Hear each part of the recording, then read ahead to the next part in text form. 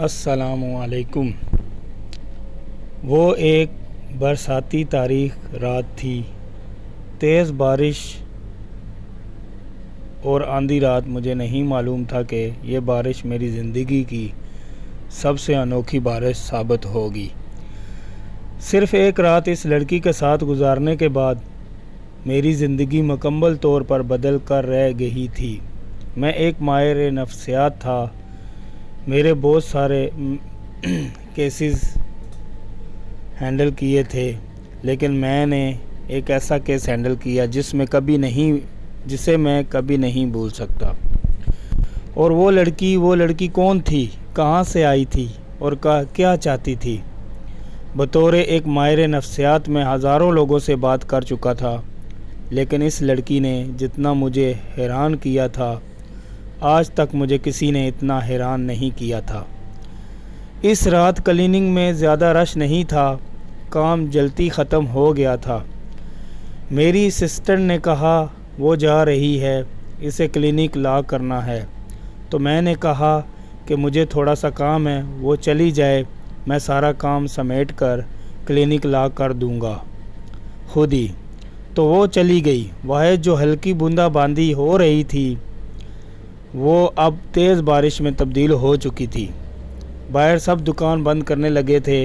میں ایک پیشنٹ کا کیس اسٹڈی کر رہا تھا اور بہت آرام سے اسٹڈی کر رہا تھا۔ آج مجھے کوئی جلدی نہیں تھی، چونکہ میری بیوی میکے گئی تھی، ورنہ اس کے فون پر فون آتے تھے اور میرے لیے کلینک میں بیٹھنا محال ہو جاتا تھا۔ اس لیے آج میں آرام دہ ہو کر اپنا کام کر رہا تھا۔ اصل میں میری بیوی مجھ سے بہت محبت کرتی تھی۔ وہ میرے بغیر نہیں رہ سکتی تھی، اس لیے بار بار مجھے فون کرتی تھی، لیکن اس کی والدہ کی طبیعت ٹھیک نہیں تھی، جس کی وجہ سے اسے اپنے میکے جانا پڑا تھا، ورنہ وہ مجھ سے اتنی محبت کرتی تھی کہ میکے بھی بہت کم جاتی تھی۔ میں تقریباً 12 بجے کلینک بند کر دیتا تھا، لیکن آج 12:45 بج گئے تھے۔ میں کام ختم کر کے اٹھا اور کلینک بند کرنے ہی لگا تاکہ مجھے ایک نسوانی آواز سنائی دی، صاحب مجھے اکیلے میں کچھ وقت چاہیے۔ تیز بارش میں بھیگی سی وہ لڑکی تیزی سے اندر داخل ہوئی۔ میرے دروازہ بند کرنے سے پہلے ہی اس اچانک آمد پر میں تھوڑا پریشان ہو گیا۔ میں پریشان اس لیے ہو گیا تھا کیونکہ آج کل کافی اس قسم کی وارداتیں ہو رہی تھیں۔ لڑکیاں کوئی نہ کوئی بہانہ کر کے دکان میں یا کہیں بھی گھس جاتی ہیں اور واردات کرتی تھیں۔ مرد بیچارے تو بلا وجہ بدنام تھے۔ آج کل تو لڑکیاں مردوں سے 10 ہاتھ آگے تھیں۔ وارداتوں میں نے ایک نظر اس لڑکی کو دیکھا۔ اس نے عبایا میں اپنا وجود چھپا رکھا تھا اور چہرے پر نقاب تھا۔ اگلے ہی پل میں اس کی آمد کا مقصد سمجھ گیا تھا، یا تو وہ کوئی مجبور لڑکی تھی جسے گاہک کی تلاش تھی، یا پھر بلیک میلر تھی۔ خیر جو بھی تھا، اس کی آنکھیں بہت حسین تھیں۔ میں چاہ کر بھی اس کی حسین آنکھوں کو اور اس کے نرم لہجے کو نظر انداز نہیں کر سکا۔ اگر میری بیوی گھر پر ہوتی تو یقیناً مجھے گھر جانے کی جلدی ہوتی، کیونکہ فون پر فون آ رہے ہوتے اور میرے لیے اس لڑکی کو ڈیل کرنا مشکل ہو جاتا۔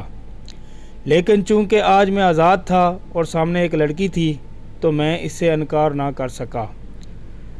مجھے تجسس تھا کہ وہ لڑکی اتنی رات کو میرے کلینک میں کیوں آئی ہے اور تنہائی میں وقت کیوں مانگ رہی ہے۔ اوپر سے آنکھیں بھی خوبصورت تھی، اس کا مطلب تھا کہ وہ حسین لڑکی ہوگی۔ میرے دل میں اس کا چہرہ دیکھنے کی خواہش جاگی۔ مجھے ہر انسان کی طرح تجسس ہوا کہ میں دیکھوں کہ اس کا چہرہ کتنا خوبصورت ہے۔ جب آنکھوں کا یہ مناظر ہے تو چہرہ کیسا ہوگا؟ میں ایک ماہر نفسیات تھا، لیکن میں ایک انسان بھی تھا، وہ بھی دل پھینک انسان۔ خوبصورت چہرے میری کمزوری تھے۔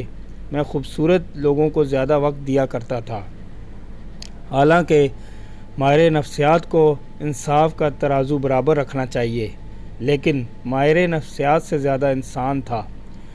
یہ میری فطرت تھی اور میں اسے بدل نہیں سکتا تھا۔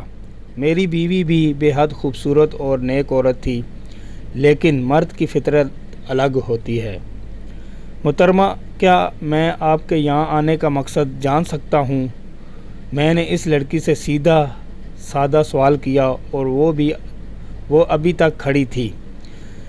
باہر بارش تیز ہو رہی تھی۔ وہ پریشانی سے بار بار باہر دیکھ رہی تھی، پھر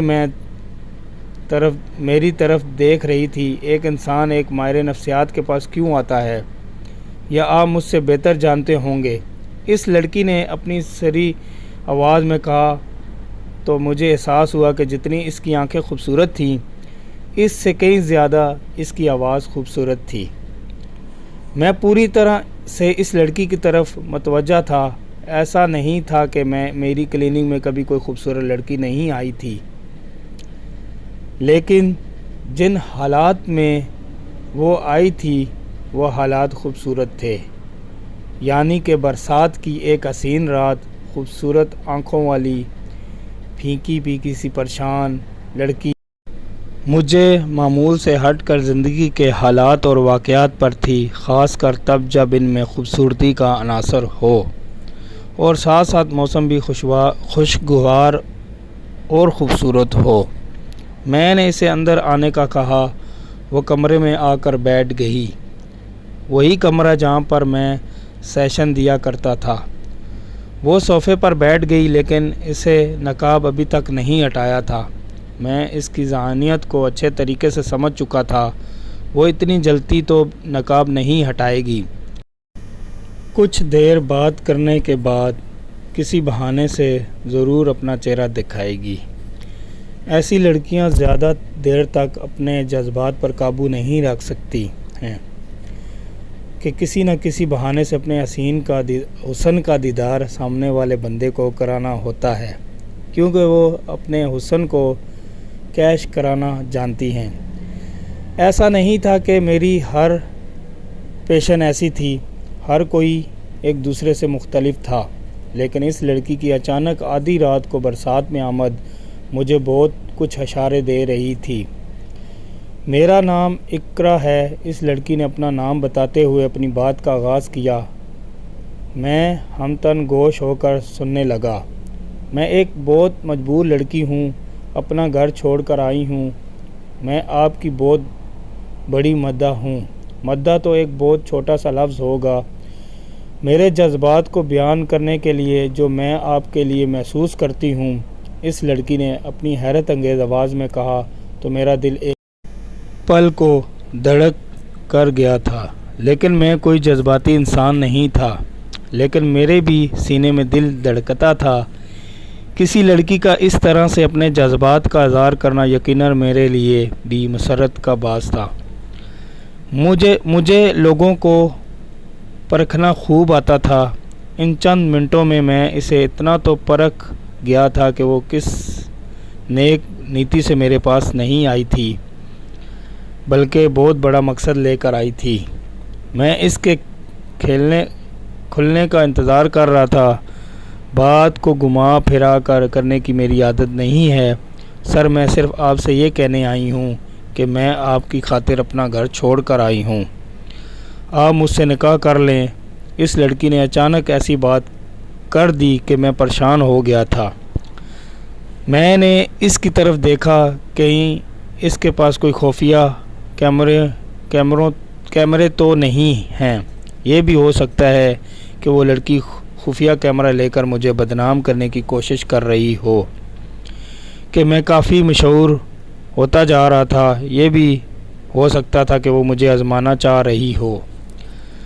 اگر آپ میرے متعلق بہت کچھ جانتی ہیں تو یہ بھی آپ کو معلوم ہوگا کہ میں پہلے سے شادی شدہ ہوں، میری بیوی ہے اور ایک بیٹی اور ایک بیٹا بھی ہے، اور میں اس کے ساتھ بہت خوشگوار زندگی گزار رہا ہوں۔ مجھے کیا پڑی ہے کہ ایک آدھی رات کو آنے والی حج نبی لڑکی سے ایک رات میں نکاح کر لوں۔ میں دو ٹوک بات کرتے ہوئے کہا، مجھے معلوم تھا کہ آپ کا یہی جواب ہوگا، لیکن اگر ایک لڑکی آپ کی محبت میں مبتلا ہے اور اپنا گھر چھوڑ کر آپ کے پاس آئی ہے تو کیا آپ اس کی خواہش پوری نہیں کریں گے؟ میں جوان ہوں اور حسین ہوں، آپ کو اور کیا چاہیے؟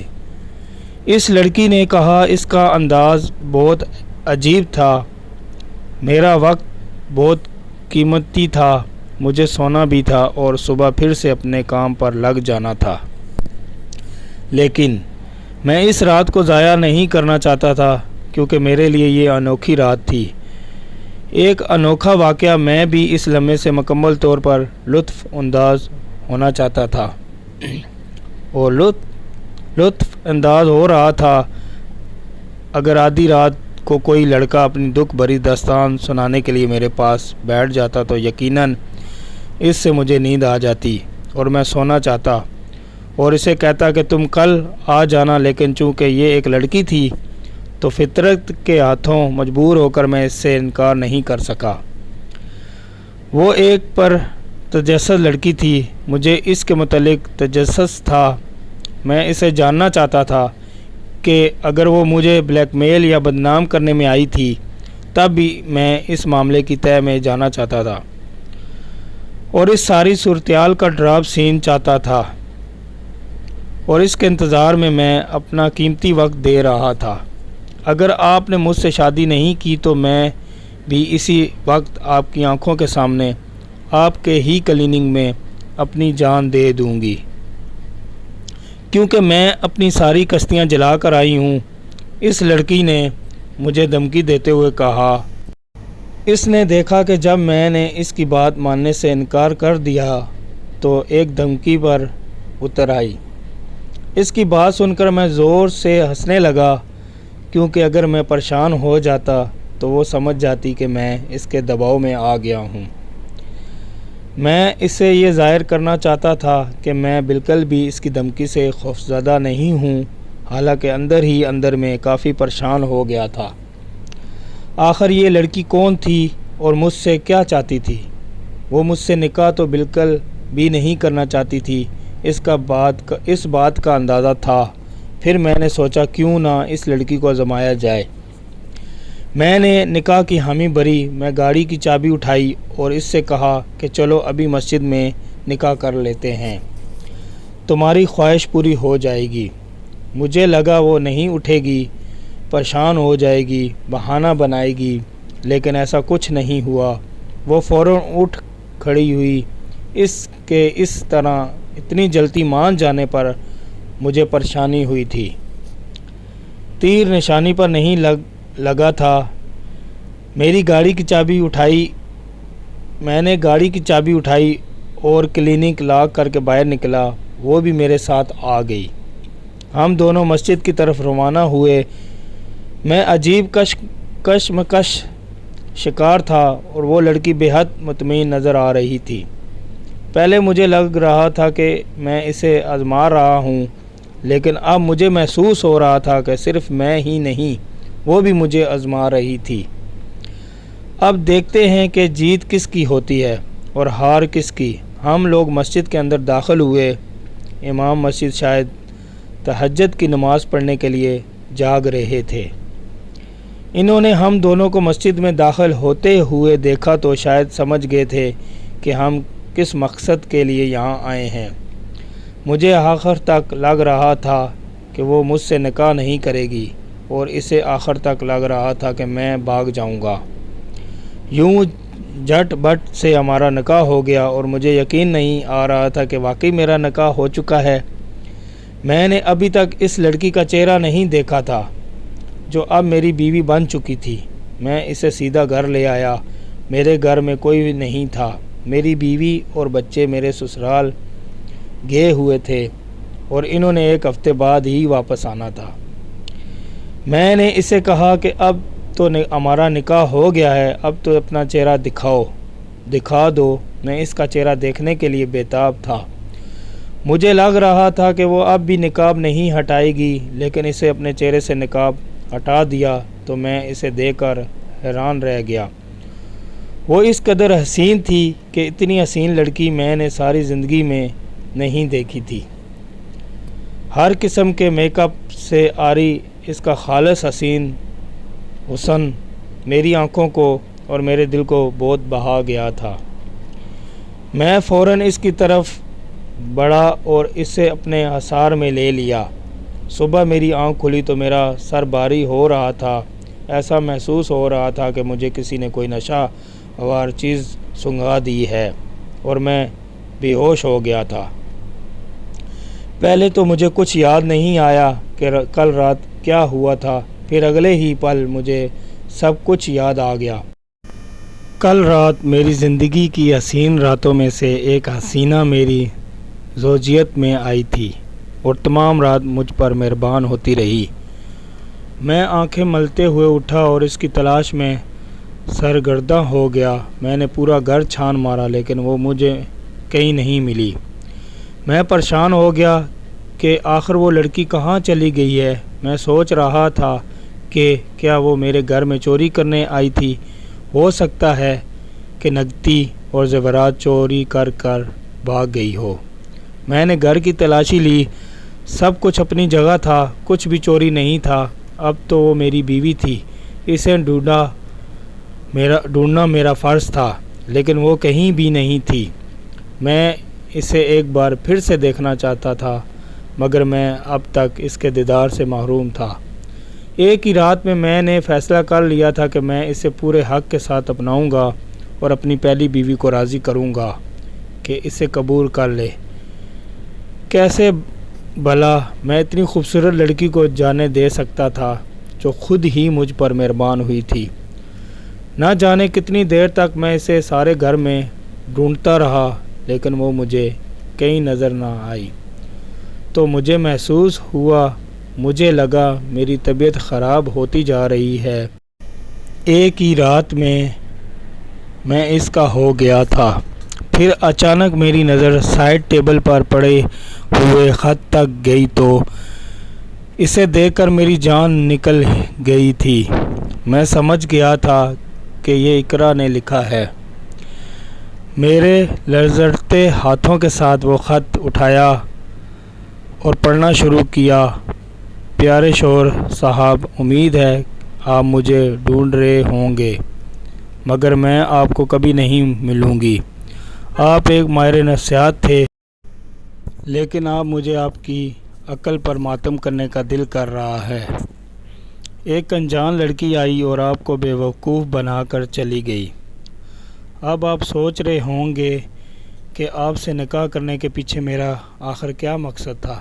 یقیناً یہ مقصد نیک تو ہرگز نہیں تھا۔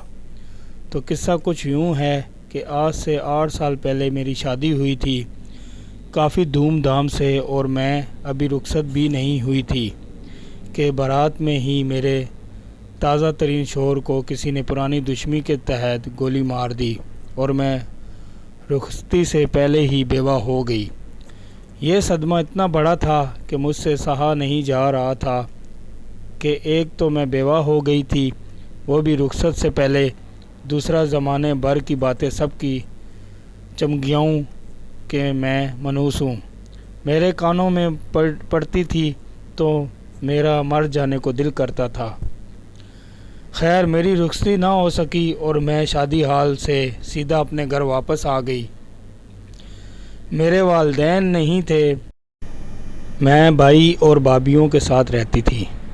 بھابھیوں نے مجھے گھر سے نکالنے کی بہت کوشش کی لیکن ایک بار پھر میں بھائیوں کے در پر آ گئی تھی۔ پھر 1 سال یوں ہی گزر گیا اور دوبارہ بھائیوں نے میری شادی کرنا چاہی اور میں دوسری بار دلہن بن گئی۔ اس بار میں کامیابی سے رخصت ہو کر اپنے سسرال تو چلی گئی تھی لیکن شادی کی پہلی رات جیسے ہی میرے شوہر میرے پاس آئے وہ بات کرتے کرتے گر پڑے۔ بعد میں معلوم ہوا کہ ان کی سابقہ محبوبہ نے شادی کی رات ہی زہر دے دیا تھا۔ مجھ سے شادی کرنے کی وجہ سے اور ایک بار پھر سے میں بیوہ ہو گئی۔ مجھ پر اس بار بھی کوئی عادت نہیں بنتی تھی۔ میری ساس نے مجھے دھکے دے کر گھر سے نکال دیا کہ تم منحوس ہو، تم خوبصورت بلا ہو جو میرے بیٹے کو کھا گئی۔ ایک بار پھر سے میں روتی دھوتی اپنے بھائیوں کے گھر آ گئی اور ایک بار پھر سے بھابھیوں نے میرا جینا محال کر دیا تھا۔ اس کے بعد میرے بھائی جسے بھی میری شادی کی بات کرتے ہر طرف سے یہی جواب آتا کہ آپ کی لڑکی مانوس ہے، پہلے ہی 2 شوہر کھا چکی ہے۔ ہر کوئی مجھے اپنانے سے ڈر رہا تھا۔ میں نے اپنے سے کہا کہ مجھ سے شادی نہیں کرنی۔ مجھے اب خود بھی عیب قسم کا خوف تھا جو میرے دل میں بیٹھ گیا تھا کہ میری شادی ہوگی اور میرا دولہا مر جائے گا۔ شادی کی پہلی رات ہی 2 سال اس اذیت میں گزارے۔ میں بھی انسان تھی، میرے اندر جذبات کا سمندر ٹھاکے مار رہا تھا، لیکن میرا کچھ بن کے نہیں دے رہا تھا۔ شادی کی کوئی امید بھی مجھے نہیں تھی۔ پھر ایک بوڑھے آدمی کا رشتہ میرے لیے آ گیا جو کہ 4 جوان بچوں کا باپ تھا۔ میرے بھائیوں اور میری بھابھیوں نے اس میں عافیت جانی اور مجھے اس بوڑھے آدمی کے ساتھ رخصت کر دیا۔ میرا دل بالکل بھی اس بوڑھے آدمی سے شادی کرنے کو نہیں کر رہا تھا، لیکن میری بھابھی نے مجھے اتنا تنگ کیا تھا کہ میں اس گھر سے نکلنا چاہتی تھی۔ ہمیشہ کے لیے انہوں نے مجھے اتنی اذیتیں دی تھیں جس کا کوئی حساب نہیں تھا۔ میں نے سوچا کہ اس بوڑھے سے شادی کرنے کے بعد اگر مجھے اس گھر سے اور بھابھیوں سے چھٹکارا مل جاتا ہے تو یوں ہی صحیح۔ ایسے اپنی قسمت سمجھ کر قبول کرتے ہوئے میں اس بوڑھے شخص کے گھر آ گئی۔ رخصت ہو کر ابھی میرے گھر میں پہلا قدم ہی رکھا تھا کہ میرا بوڑھا شوہر گر پڑا اور اسے دل کا دورہ پڑ گیا، کیونکہ وہ پہلے ہی بہت بوڑھا تھا اور دل کا مریض تھا۔ ایک بار پھر سے میں پہلی ہی رات بیوہ ہو گئی تھی۔ یہ تیسری بار تھا جو میرے ساتھ ہوا تھا۔ اب تو مجھے خود بھی یقین ہو گیا تھا کہ میں واقعی مانوس ہوں۔ اس بوڑھے شخص کے بچوں نے مجھے اسی وقت دھکے دے کر گھر سے نکال دیا اور وہی مانوس کا فتویٰ مجھ پر ثابت کر دیا۔ اتنا سب کچھ ہونے کے بعد میں انتہائی ڈپریشن میں چلی گئی تھی۔ نیا دل بار بار خودکشی کرنے کو چاہ رہا تھا۔ ایک بار پھر سے میں بھائیوں کے رحم و کرم پر ہو گئی تھی۔ میں نے نوکری کی اجازت مانگی، مجھے نہیں ملی۔ میرے پاس کوئی خاص تعلیم بھی نہیں تھی۔ میں اپنے ہی گھر میں نوکر بن کر رہ گئی تھی۔ گھر کا سارا کام کرتی تھی، بھابھیوں کے بچے سنبھالتی تھی۔ اس سے پہلے میں کبھی کوئی کام نہیں کرتی تھی۔ میں اپنے بھائیوں کی لاڈلی بہن تھی۔ میری بھابھی مجھ سے ڈرتی تھی، لیکن اب میری قسمت ایسی ہو گئی تھی کہ مجھے زمانے سے ڈر لگ رہا تھا۔ ہر کوئی مجھ پر قابض ہو گیا تھا۔ بھائیوں نے مجھ سے روح موڑ لیا تھا۔ آج میری 4تھی شادی کرانے کا کسی کو کوئی خیال نہیں آیا تھا، اور نہ ہی تو میں کرنا چاہتی تھی، لیکن میرے اندر جذبات کا سمندر ویسے ہی ٹھاٹھے مار رہا تھا۔ میری عمر 26 سال ہو چکی تھی۔ میری پہلی شادی 18 سال کی عمر میں ہوئی تھی۔ میں انتہائی ذہنی تناؤ اور ذہنی اذیت کا شکار تھی کہ ایک دن اچانک آپ کے بارے میں سنا۔ میں آپ کی ویڈیوز دیکھتی تھی جس میں آپ ڈپریشن پر تفصیلات سے بات کر رہے تھے۔ پھر میں آپ کی باتیں سنتی رہی۔ آپ کی باتوں نے مجھے ڈپریشن سے نکالا۔ آپ کی ہر بات دوسرے بات سے مختلف ہوتی تھی اور زندگی کی نوعیت سنائی دی تھی۔ مجھے لگا آپ ہی وہ شخص ہیں جس کی مجھے ضرورت ہے۔ آپ کے بارے میں سنتے اور آپ کی ویڈیوز دیکھتے ہوئے مجھے آپ سے محبت ہو گئی۔ مجھے ایسا لگ رہا تھا کہ میری زندگی کا صرف ایک ہی مقصد ہے اور وہ ہے آپ کی باتیں سننا۔ پھر ایک دن میرے ہی جیسا ایک کیس آپ کے پاس آیا۔ آپ نے اس پر تفصیل سے بات کی۔ اس دن میں نے فیصلہ کر لیا تھا کہ مجھے آپ کے پاس جانا چاہیے۔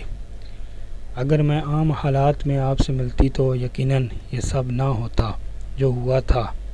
آپ نے ہی نہیں جانتے، آپ سے ملاقات کے لیے سارا سال میں نے اسی طوفانی برسات والی رات کا انتظار کیا تھا کہ کب اس قسم کی طوفانی بارش ہو اور میں آپ کے کلینک آؤں۔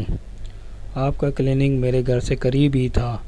میں روزانہ آپ کی کلینک آتی تھی اور آپ چلے جاتے تھے۔ لیکن اس رات میری قسمت اچھی تھی کہ آپ نہیں گئے، آپ کی اسسٹنٹ چلی گئی۔ میں نے سوچا یہی موقع ہے اور میں آپ کے پاس آ گئی۔ مجھے آپ سے اور کچھ نہیں چاہیے تھا، آپ کا نام چاہیے تھا۔ آپ ہی نکاح میں آنا چاہتی تھی اور آپ کی قربت چاہتی تھی، مجھے مل گئی۔ آج مجھے لگ رہا ہے کہ میری زندگی مکمل ہو گئی ہے۔ میں آپ کو چھوڑ کر اس لیے جا رہی ہوں کیونکہ آپ کے پہلے سے بیوی بچے ہیں۔ یقیناً مجھے زندگی میں شامل کرنے سے آپ کو بہت پریشانی کا سامنا کرنا ہوگا۔ میں تاحیات آپ کو منقوع ہوں گی۔ یہاں سے جاتے ہوئے مجھے اس بات کا خوف ہے کہ کہیں آپ کو کچھ نہ ہو جائے۔ کل تمام رات بھی مجھے یہی خوف رہا کہ صبح ہونے سے پہلے کہیں آپ بھی لقمہ اجل نہ بن جائیں، لیکن ایسا نہیں ہوا تو مجھے تسلی ہوئی کہ میں آپ کی زندگی سے ہمیشہ کے لیے جا رہی ہوں۔ آپ کی خیریت طلب کرتی رہوں گی۔ فقط اقرا کا خط میرے ہاتھ چھوڑ کر گر گیا تھا اور میں گرنے والے انداز میں بیڈ پر بیٹھ گیا۔ میری آنکھوں سے آنسو جاری ہو گئے۔ اس کی دکھ بری داستان سن کر کاش کہ وہ مجھے ایک موقع دیتی، میں اس کا علاج بھی کرتا اور اسے اپنی زندگی میں شامل کر لیتا۔ جو کام اسے مشکل لگ رہا تھا کہ میں اپنے بیوی بچوں کا سامنا نہیں کر سکوں گا اس کے بعد، یا مجھے کسی قسم کی مشکل پیش آئے گی، ایسا کچھ بھی نہیں تھا۔ میری بیوی سے میری بہت عام آہنگی تھی اور وہ ایک سمجھدار اور دیندار عورت تھی۔ وہ اکثر دوسری شادی کو فروغ دینے کی باتیں کرتی رہتی تھی۔ شریعت کے حساب سے وہ صرف نام کی مسلمان نہیں تھی، وہ واقعی میں دل سے مسلمان تھی۔ بہت اچھی تھی، اگر میں اسے قائل کرتا تو آرام سے کر سکتا تھا، لیکن اقرا نے تو مجھے ایک موقع تک نہیں دیا۔ میرے پاس اس کا کوئی اتا پتہ نہیں تھا، یعنی کہ وہ اپنی بھابھی کے گھر چلی گئی تھی اور وہاں پر اس کے ساتھ ضرور برا سلوک ہو رہا ہوگا، خاص کر ساری رات غائب رہنے کی وجہ سے۔ وہ کہاں بہانہ دے گی، سچ بتائے گی، میں سوچ کر پریشان ہو گیا تھا۔ میں نے فوراً اسے بستر اس کی تلاش شروع کر دی، لیکن وہ مجھے کہیں نہیں ملی۔ سارا دن میں ذہنی اذیت میں رہا۔ میں ایک رات نہیں اس کا اسیر ہو گیا تھا اور اب اس کے بغیر رہنا میرے لیے بہت مشکل تھا۔ میری بیوی گھر واپس آ گئی تو میں نے بنا تاخیر کے سارا ماجرا اسے سنا ڈالا۔